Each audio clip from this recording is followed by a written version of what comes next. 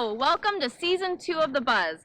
My name is Susie Lytle. I'm a program coordinator with the Forest Preserve District of Will County, and today we're going to be exploring the structures left behind at the Joliet Ironworks historic site.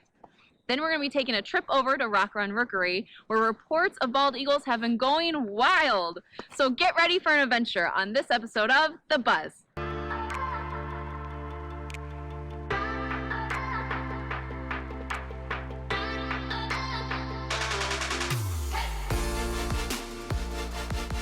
Joliet has the nickname of the city of steel and stone, and today we're going to figure out how exactly it got that name. We're here at Joliet Ironworks historic site, and it used to be a bustling factory in the 1900s. Then it got covered with thick vegetation, and now it's preserved ruins. We're going to be exploring today with interpretive naturalist Sarah Russell, who's going to be answering all of our questions about the history of the site and what work was done here.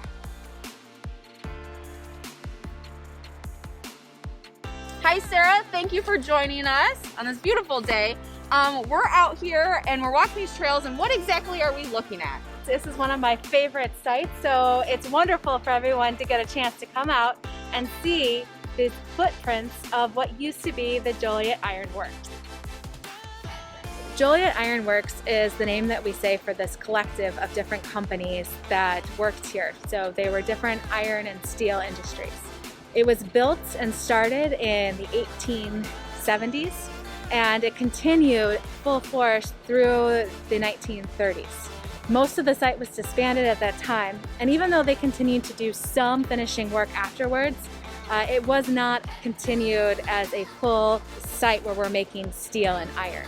If you come here, it almost looks like you're in some ancient archaeological dig. But instead, what you're seeing is just the base of something from the 19th and 20th centuries from the iron industry. They took everything with them when they left or sold it because it's all really valuable. Sure. Which means all we have left is the footprints. When the Forest Preserve got it in the early 90s, it was just kind of all completely overgrown. So we actually did have some archaeologists who came out, and they had to kind of pull back the weeds and then cover what was underneath. They get to learn about what it was like to be a worker at this plant with all the different jobs and what it entailed. And in fact, we're not going to just let you come back and sit back and enjoy. We actually have jobs for you to do.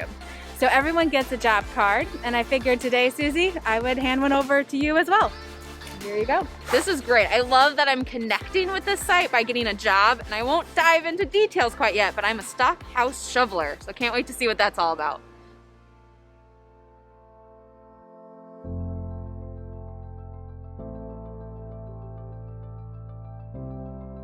Let's dig deeper into the history and go way back in time. And Sarah, tell me what this plant was used for. Like, what's the goal? What's the end product?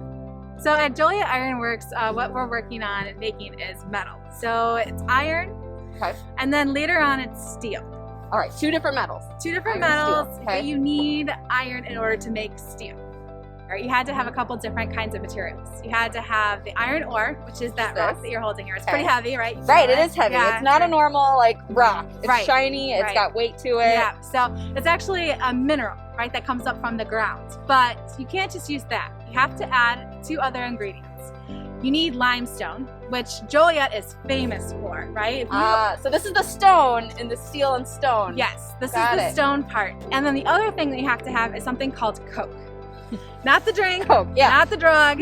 This is actually like a charcoal briquette, basically. Right, coal for like your Coal, barbecue. right, exactly. Coal from your barbecue, that's what it is. So you have to have all those three ingredients. And I think we're actually coming up to your job. I'm a stock house shoveler and top filler.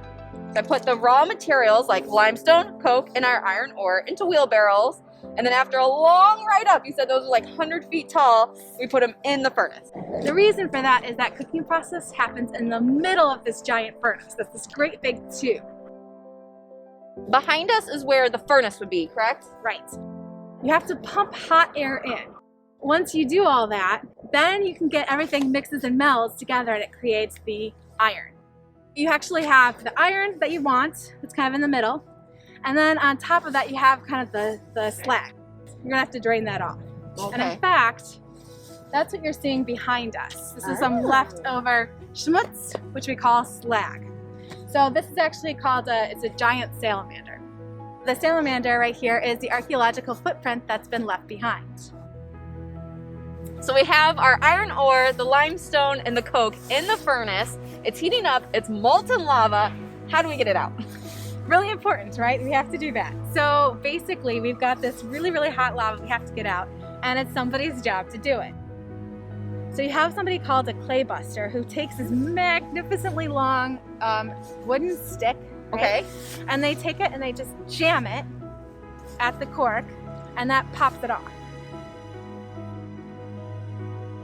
Some of the later furnaces that came in a little bit later on, they had new technology. These are up higher when you come out here. At these, you actually had these big ladle cars that would pull right on up to it, and they could collect the iron. However, earlier, guys, when they were at the beginning of our site, they actually had a more difficult task. They had this great big sandbox. Basically, you've got this great big ice cube tray that's made out of sand. And what happens is when the iron gets busted out of the furnaces, it lays into the sand and it kind of starts to dry and harden up like an ice cube tray. But the catch is you can't let it get too hard, too fast, because then you have this giant mass of iron on the ground. Right, you can't like just crack it like an ice cube tray is. So you have somebody in charge of that, right? You've got pig iron laborers. So they would actually take sticks again, or metal sticks, and they would bust open out the pig iron. And it's called that because it's kind of long and oval, and it looks almost like a baby pig leg. Now don't move a muscle. We're gonna take a short break and then come back to learn about the dangers of the job.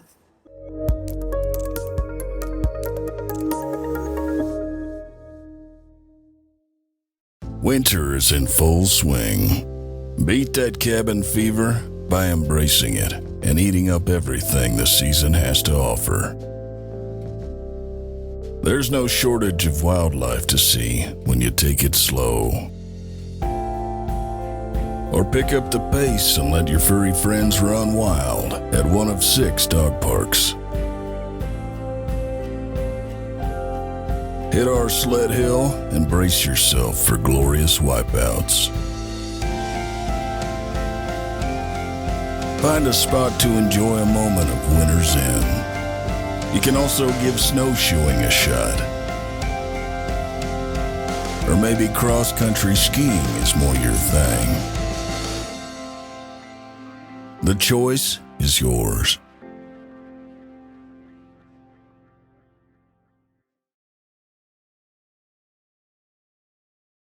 Welcome back to Joliet Ironworks. We're here with Sarah Russell, our interpretive naturalist, who's been giving us a little tour. And I'm looking at my job card here, and I'm a little concerned. There's a danger part, and I'll read it off for you. Dangers were intense heat or poisonous gas released to possibly overwhelm workers as they fall to their death or outside the furnace they fall. So Sarah, this is pretty intense. What kind of dangers did these workers face on day to day? You're dropping all of these materials in, but sometimes those poisonous gases come back up and you get carbon monoxide poisoning, basically. You can fall off the side, right, of that 70-foot height. Furnace, yeah. Or you could fall right in it and you become part of the product that you have spent all of your time, all your days making.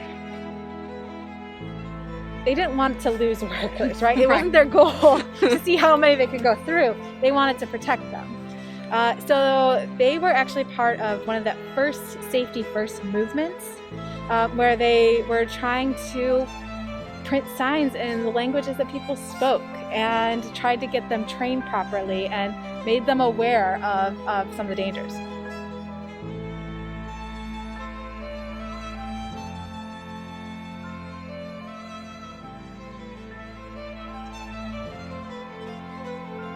So they, would actually create platforms themselves. They would put wood on their shoes to kind of get them a little bit away from the heat, right? They would have to be wearing this protective clothing and stuff. And it wasn't always provided by the site, by the plant.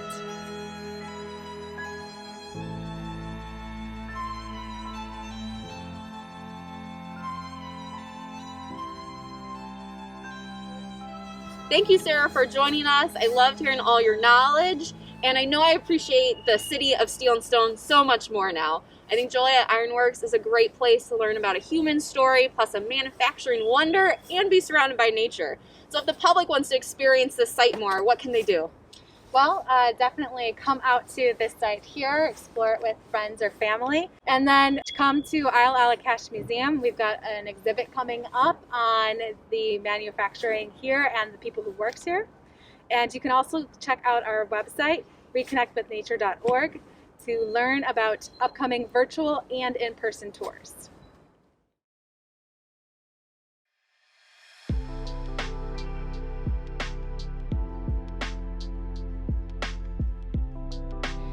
Winter is a great time to look at who moved into the tree next door. Usually the trees are full of leaves covering nests from hungry predators. But now that the leaves have fallen, you can see who that nest belonged to. Now, generally these nests are going to be empty. Usually the rule is that they're nesting in spring, laying eggs, taking care of their young, and then once the birds are old enough to fly away, the whole family moves out. Nests can be made out of lots of different materials, from sticks, leaves, grass, even lichen from trees. This is a robin's nest. This is a common one you can see around your house. It may not even be in a tree. It's made out of mud, sticks, and grasses. Next is a Baltimore Oriole's nest. You can see that this one's more cup-shaped.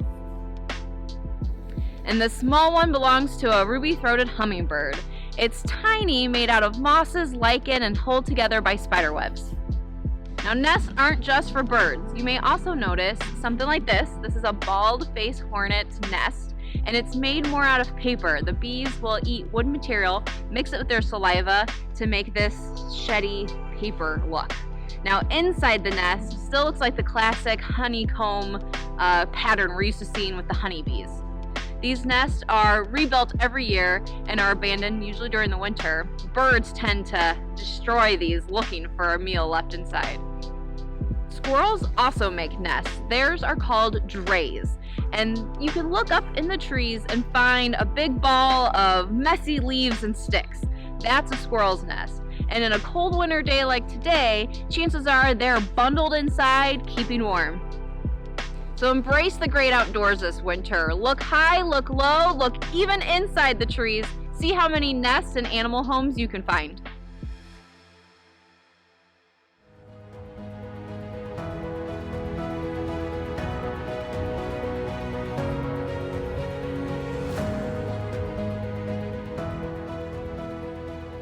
Our national bird has been spotted in our forest preserves. We're here at Rock Run Rookery, where we've had reports of bald eagles all month long.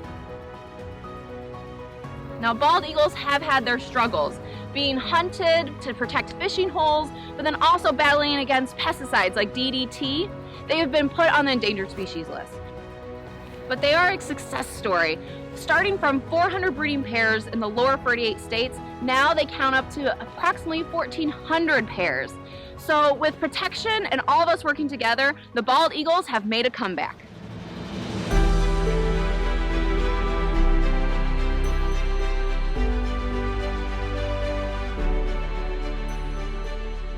Before the Forest Preserve acquired Rock Run Rookery, it was first created as a quarry. Now fast forward, we use this area for nesting herons, fishing, and recreation. And in the past few years, it's been one of the best places in Will County to see bald eagles.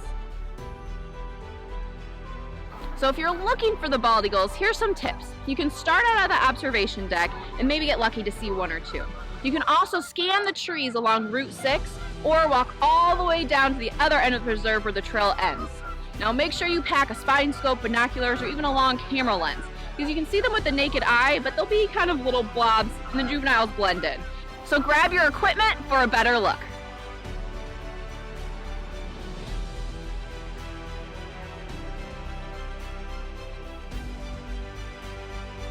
Being the most abundant in Canada and Alaska, the bald eagle is only found in North America. They like to live near water where fish are plentiful. You can find them all throughout Will County, but we do have some hot spots. You may want to check out Four Rivers Environmental Education Center in Channahon, Wallen Lake in Naperville, Lake Renwick in Plainfield, and here, one of our best spots, Rock Run Rookery in Joliet.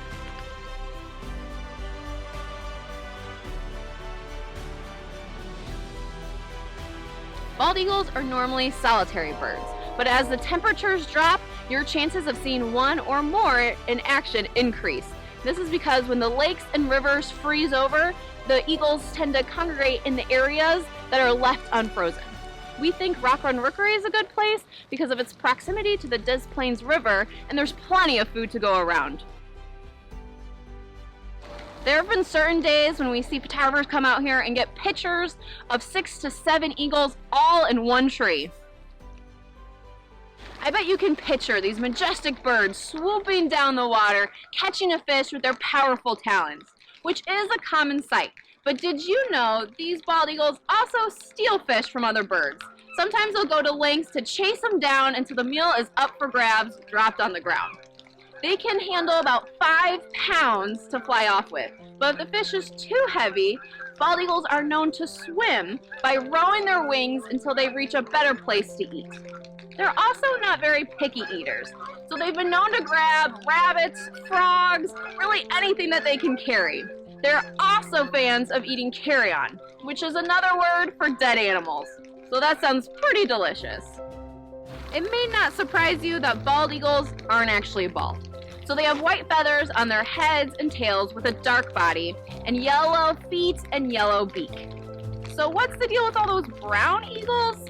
Well, they're immatures. It actually takes 5 years to grow that iconic look. So the young eagles start with more brown speckles all over and a darker beak. As they get older, they'll start changing out their feathers, getting lighter in the head and darker in the body. However, they can be a little confusing with other hawks and eagles, so make sure to keep in mind this awkward preteen phase. Bald eagles are a pretty impressive looking bird. They stand up to be 3 feet tall with a wingspan of 6 to 8 feet. And females are a little bit larger than males. Now, like all birds, they have hollow bones, but they can get up to 14 pounds. So imagine holding a gallon of paint. It's about the same weight.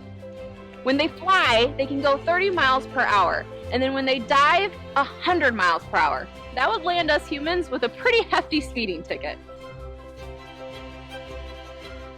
While in flight, look for the biggest bird in the sky. Usually I can tell the white head and the white tail, but if you can't, look at the wings. They have straight wings that are like flat rectangles. Other birds that can be confused are turkey vultures, which fly with their wings in a V shape, and ospreys that make more of an M shape. Stick around. Now that we've learned where these animals are and what they look like, we're going to take a short break. And when we come back, we're going to learn what the bald eagles sound like and more cool adaptations.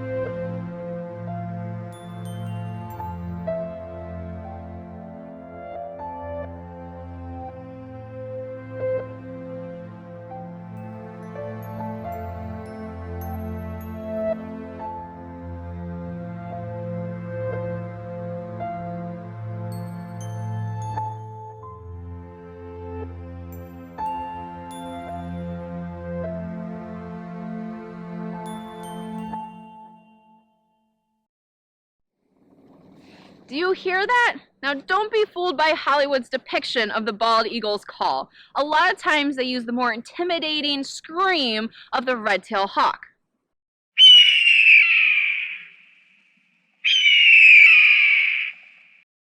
But bald eagles actually have a more softer pitch, whistling call. Personally, I think it sounds like they're being tickled and they're just giggling until they can't handle it any longer.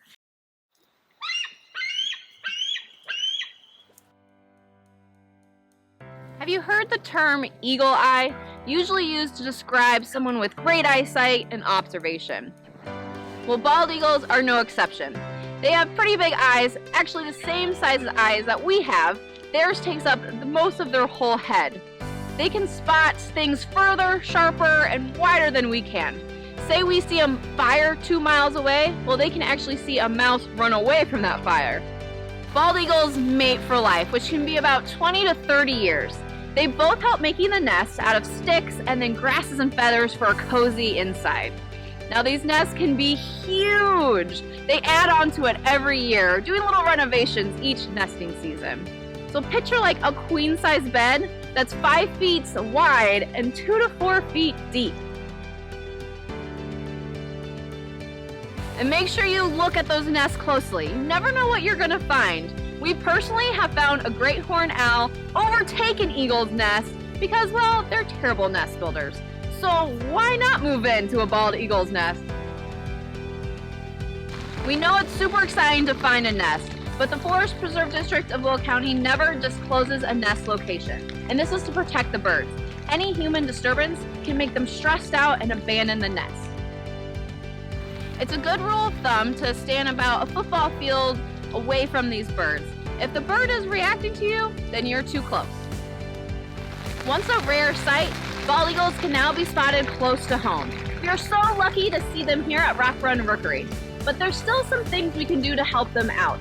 Actions like removing lead from your hunting and fishing equipment. Lead actually poisons the fish and returns the predators that eat them, like our eagles. Another easy thing to do is to keep the waterways clean by disposing trash and your fishing line properly. With these easy actions, we can protect all the habitats and these amazing birds. So what are you waiting for? It's your turn to plan your adventure. Come out to Rock Run Rookery, scan the trees, check the water, and don't forget to look up.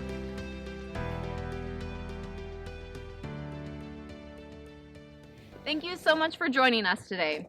From our industrial history to our nation's mascot's natural history, I hope you learned something new about your local forest preserves. Now map your next adventure at reconnectwithnature.org for the latest in wildlife information, trail updates, and upcoming programs near you. I hope to see you out exploring, but until then, I'll see you next time on The Buzz.